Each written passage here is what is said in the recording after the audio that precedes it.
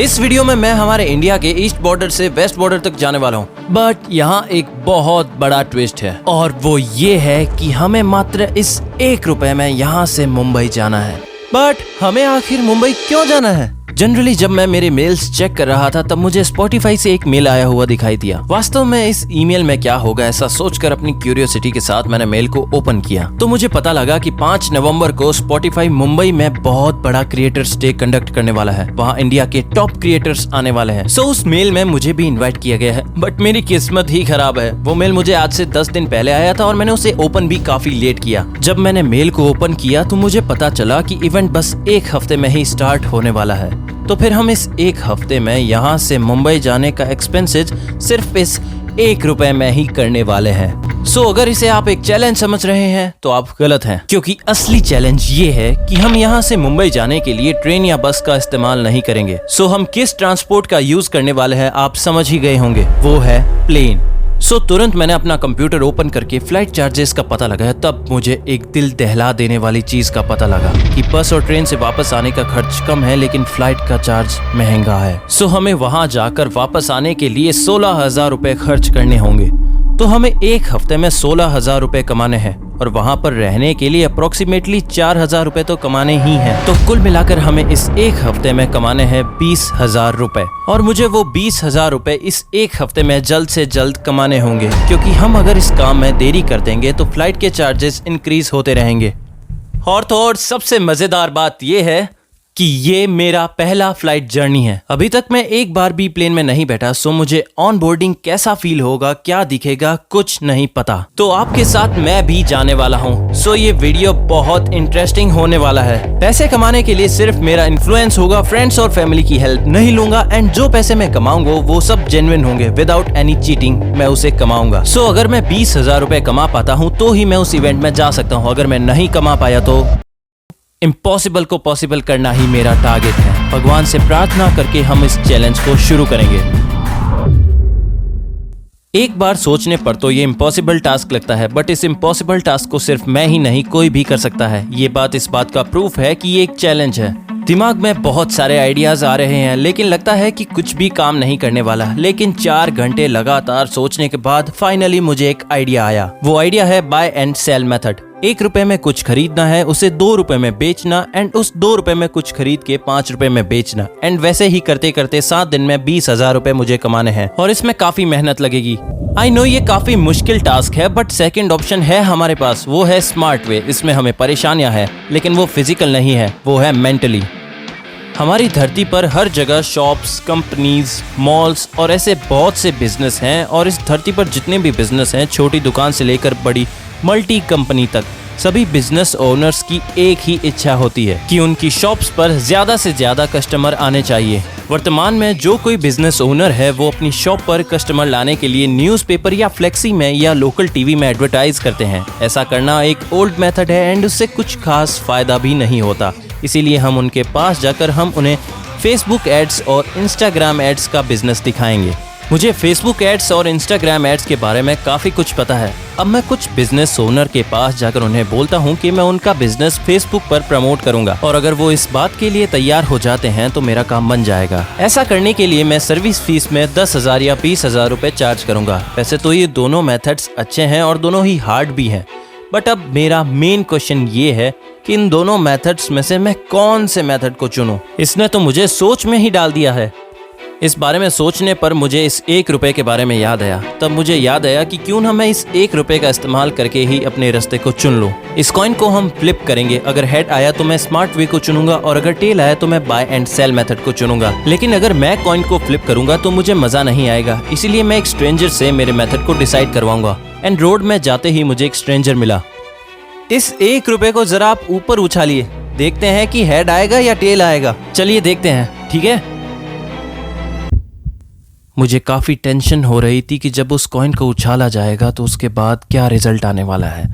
और जब उस आदमी ने अपने हाथ को खोला तो मैंने देखा कि उसमें हेड आया है। ओह माय गॉड, इस स्ट्रेंजर ने ये डिसाइड किया कि हम स्मार्ट वे को चुनेंगे। ये देखकर मैं भी काफ़ी खुश हो चुका था और मैं तुरंत वहाँ से एक बिजनेस ओनर के पास चला गया और उनसे जाकर मैंने ये बोला कि सर बेसिकली हमारी एक एजेंसी है एजेंसी में हम इस तरह की बेकरी शॉप्स या केक शॉप्स को हम ज़्यादा से ज़्यादा कस्टमर्स प्रोवाइड करते हैं थ्रू सोशल मीडिया मार्केटिंग। सो इस तरह की सर्विसेज में क्या आप इंटरेस्टेड हैं? सर, हम सोशल मीडिया प्लेटफॉर्म में ब्रांडिंग प्रोवाइड करते हैं। आप सबको पता ही होगा कि फेसबुक में थोड़ा अमाउंट चार्ज करके FB प्लेटफॉर्म में आपके प्रोडक्ट दिखते हैं। हम आपको सर्विस प्रोवाइड करेंगे जिससे कि आप मुझे पे कर देना, लगभग 10,000 के आसपास।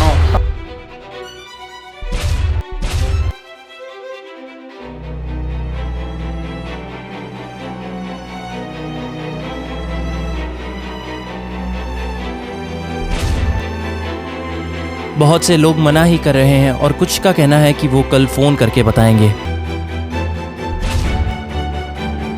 अभी तक तो हमारी सर्विस लेने के लिए एक भी क्लाइंट ने हाँ नहीं भरी है, तो देखते हैं क्या होता है। हमारा टाइम निकलता ही जा रहा था।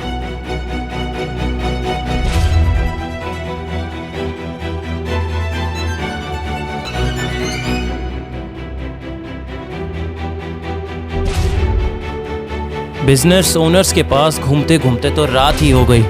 अब क्या करना है मुझे कुछ भी समझ नहीं आ रहा था।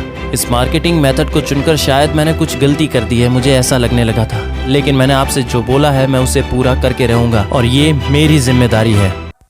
और अब हमारा दूसरा दिन शुरू हो गया। आपको तो पता ही होगा, कल हमने बहुत सारे बिजनेस ओनर से बात की थी। उनमें से कुछ लोगों ने बोला था कि हम आपको कल कॉल करेंगे। अब मैं उन्हीं का वेट कर रहा हूँ। फ़ोन कॉल का वेट करते करते 1 घंटा हो गया, 2 घंटा हो गया, अब भी कोई फ़ोन नहीं आया।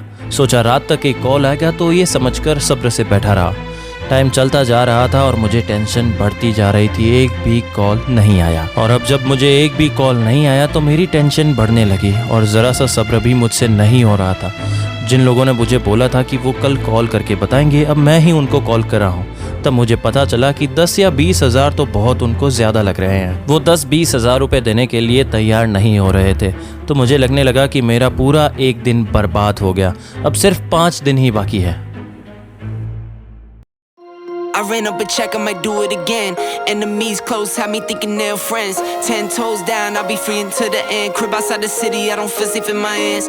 Took so many years, I'm just waiting for the wins. I'm in debt to no one but the one who took my sins. I do it for real, there's no reason to pretend. If I do it, uncle 1 रुपए का centre fresh देना। add it up, bankroll, euro, peso, add it up, I'm just doing me, everything is on me, oh you matter what. हमारी day 1 और day 2 की मेहनत तो waste हो गई। कई बिजनेस ओनर इंटरेस्टेड है लेकिन हमारी सर्विस चार्जेस अफोर्डेबल नहीं है, तो यही हमारी मेन प्रॉब्लम है। तो इस बारे में मैंने बहुत गहराई से सोचा और फाइनली मुझे एक आइडिया आ गया। मुझे लगा कि ओनर सिर्फ इंडिया में ही नहीं बल्कि यूके और यूएस में भी है।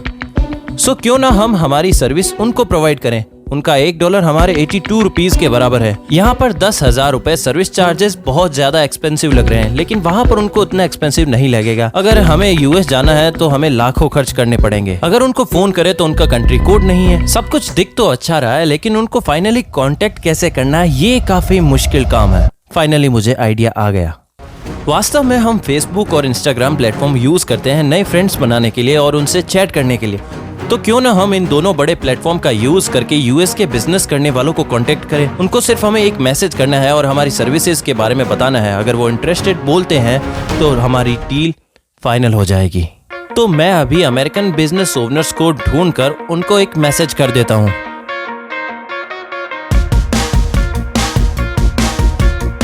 सो फाइनली गाइज, मैंने सोशल मीडिया प्लेटफॉर्म का यूज करके अब तक 100 लोगों को मैसेज कर दिया है। देखते हैं कितने लोग नो बोलते हैं और कितने लोग यस। डे 4 को भी मैंने यही प्रोसेस कंटिन्यू किया। कहीं भी देखो तो मुझे सिर्फ एक ही आंसर मिल रहा था, वो था नो। एक भी यस का रिप्लाई नहीं आया, बट मेरी उम्मीद में कोई कमी नहीं है क्योंकि अभी मेरे पास 2 दिन बाकी है। इन 2 दिनों में मुझे एक भी अगर यस का आंसर मिलता है तो मैं मेरा चार्ज कर सकता हूँ। यही बस मेरी बची हुई आखिरी उम्मीद है और यही मेरा भरोसा भी। डे 5 में भी मैं सभी को मैसेज ही भेज रहा हूँ, बट अचानक से मुझे एक मैसेज दिखाई दिया। फाइनली हमें एक आदमी ने मैसेज किया कि वो हमारी सर्विस में इंटरेस्टेड है। उनको और क्लैरिटी से एक्सप्लेन करने के लिए और उनसे पैसे मांगने के लिए मैंने जूम कॉल के लिए उनसे पूछा। अब हमारे 3 दिनों की मेहनत शायद सफल आने लगी है। अब उनसे बात करके सर्विस चार्जेस मांगना ही बाकी रहा है। जैसे पहले बात हुआ था, क्लाइंट जूम कॉल पर आ गए। अब मुझे उनसे बहुत ही ध्यान से बात करनी थी। अगर मैंने छोटी सी भी गलती कर दी तो हम वापस जीरो पर आ जाएंगे और स्पॉटिफाई इवेंट में भी नहीं जा सकेंगे। उन्होंने बहुत सारे क्वेश्चंस पूछे, जैसे कि मेरा बिजनेस कैसे प्रमोट करोगे, और उनके सारे क्वेश्चन का जवाब मैंने बहुत अच्छे से दिया। 2 घंटे की बातचीत के बाद मैंने उनको फाइनली कन्विंस कर लिया और उनसे सर्विस चार्जेस पे करने के लिए बोला। मैं बहुत खुश था क्योंकि मैं इन्फॉर्मेशन शेयर करने वाला ही था, लेकिन अचानक से टाइम मुझसे खेल खेलने लगा। लेकिन पता नहीं मेरे इंटरनेट कनेक्शन को क्या हो गया, अचानक से मेरा नेटवर्क चला गया और मैं काफ़ी परेशान हो गया था। अगर ऐसा कुछ गड़बड़ हो जाता तो मैं शायद उन $500 को फिर से मिस कर देता। लेकिन फाइनली मेरा नेटवर्क आ गया और उसने ज्वाइन कर लिया। Anything on there, Sudhi? Anything else that you can think of? No, Mr. Anthony. When I receive the money, I can start the advertising. Okay. That's simple. Hearing from me, send me the information and good luck. Thank you so much. Yeah, bye. Thank you again. अब पैसे हमारे account में आ जाएंगे क्योंकि मैंने payment detail को उसी दिन भेज दिया था और पैसे अब मेरे अकाउंट में आ जाएंगे। और वो दिन आ ही गया जिसका मुझे इंतजार था। बोलिए, आप ही देखिए। फाइनली गाइस देखिए, पेमेंट आ गया है। सो प्रूफ के लिए मैं एक बार इसको रिफ्रेश करके दिखा देता हूँ। फाइनली मेरे $500 आ चुके हैं, तो मेरे $500 आ चुके हैं। Finally guys $500 Spotify flight fix. So overall देखे तो हम 20,000 रुपये कमाना चाहते थे, पर ऊपर वाले की कृपा हुई और 1 मिनट में हमारे हिंदी व्यूवर्स फैमिली की दुआ से हमें पूरे 40,000 रुपये मिल गए। ये चैलेंज शुरू करने से पहले मैंने कई लोगों से पूछा, उन सब ने बोला कि ये इम्पॉसिबल है। जो मैंने ये कारनामा किया वो ना तो कोई मैजिक, स्कैम, ना चीटिंग है। ये सब एक स्किल है जो कोई भी कहीं भी कर सकता है, बिल्कुल वैसे ही जैसे मैंने किया। सो मैं आपको डिटेल से बताना चाहता हूँ कि ये प्रोसेस कैसा है और कैसे कमाना है। सो उस कंप्लीट वीडियो का लिंक नीचे डिस्क्रिप्शन में दे दिया है, तो लिंक पर क्लिक करें और फ्री साइन अप करके देख सकते हो। अगर आपका दोस्त कर सकता है तो मेरा दोस्त भी कर सकता है। बिना टाइम वेस्ट किए मैंने गूगल में जाकर फ्लाइट टिकट सर्च किया, तब मुझे 16,000 रुपए की टिकट मिली और मैंने उसे बुक कर दिया। और इस सब के बाद मुझे फाइनली ऑर्डर कंफर्मेशन का मैसेज भी आ गया।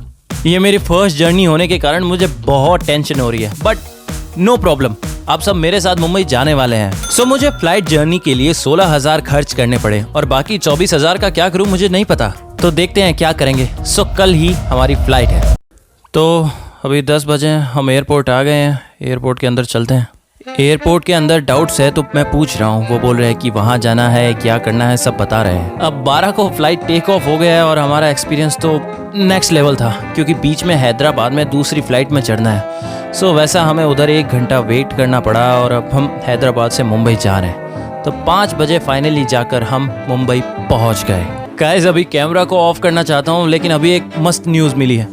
तो गाइस देखिए, मुझे अभी ना एक ये नोटिफिकेशन आया है। ये देखिए रेफरेंस टाइम क्या हो रहा है, 9:11 हुआ है। ये देखिए, ये रहा। ये नोटिफिकेशन दिखाने के लिए मैं बहुत एक्साइटेड हूँ।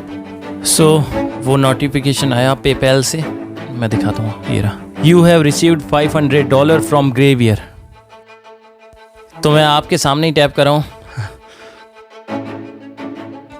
इसका मतलब मुझे फिर $500 मिले हैं, लेकिन ये दूसरे क्लाइंट से। मैंने क्लाइंट से अच्छे से बात की। मैंने उनको पहले वाले क्लाइंट के बारे में बताया। उन्होंने पहले बोला कि मैं थोड़ा सोच विचार करने के बाद में बताता हूँ। अब वो अभी 9:15 बजे $500 पेपैल में पे कर दिए हैं और मैंने ना उनको पेपैल से जो पहले वाला पेमेंट था ना, उसका प्रूफ भी दिखाया। फाइनली मेरा पेमेंट हो गया। पहले सोचा कि 20,000 का पेमेंट मिला है तो काफ़ी है, लेकिन अब $500 प्लस $500 इक्वल टू $1,000, यानी कि 82,000 रुपीज़। उस 82,000 में से 1,000 एयरपोर्ट में खर्च कर दिया खाने के लिए, और अब ना मेरे पास टोटल 66,000 रुपीज़ बचे हैं। अब उस बजट का क्या करूं मुझे समझ ही नहीं आ रहा गाइस। इन पैसों का क्या करना है मुझे सोचना पड़ेगा। सो आज तो मुझे बिरयानी खाने का मन हो रहा है फ्रेंड्स। ओह माय गॉड, कितनी बार बोलो फिर भी कम है। मैं बहुत खुश हूँ आज, बहुत खुश।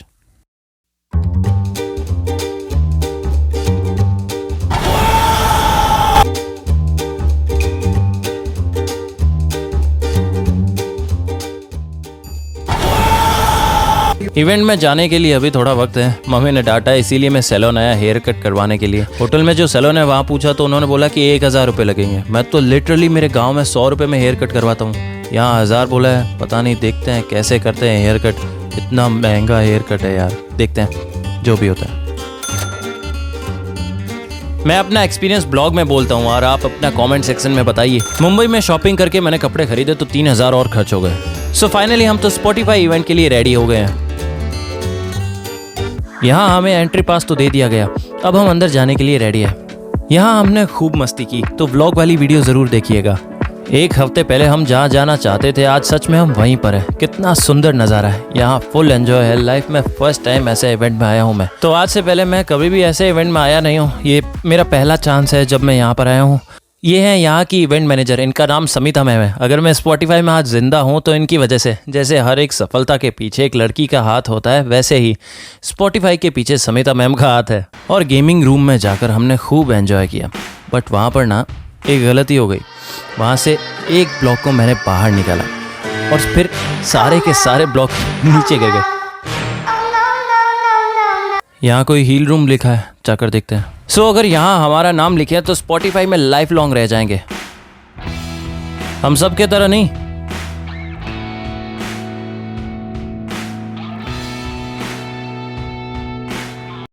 ये क्या पेंटिंग थी? मर गए। बाद में इवनिंग स्टेज पर बड़े बड़े सिंगर्स ने आकर गाना गाया और हम तो खूब एंजॉय कर रहे थे, काफ़ी मज़ा आया।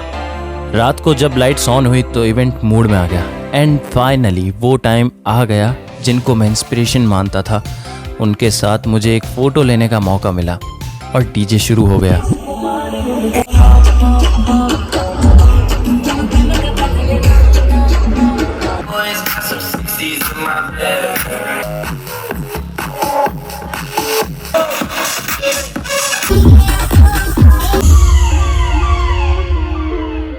सो फाइनली गाइज इवेंट हो गया एंड आप देख सकते हैं मेरे पीछे हैं इंडिया के सबसे बड़े यूट्यूबर्स। सो इन सब के साथ मैंने फोटोज तो ले लिए, मुझे काफ़ी अच्छा लगा और सच बताऊं तो मैं बहुत खुश हूँ। ये मेरी लाइफ का सबसे बड़ा प्रीशियस डे था and really thank you so much guys. जो कुछ भी आपने मुझे दिया है मैं उस सब के लिए सबका शुक्रगुजार हूँ। आगे बहुत ही अच्छा कंटेंट आने वाला है। Make sure to subscribe this channel. Thank you.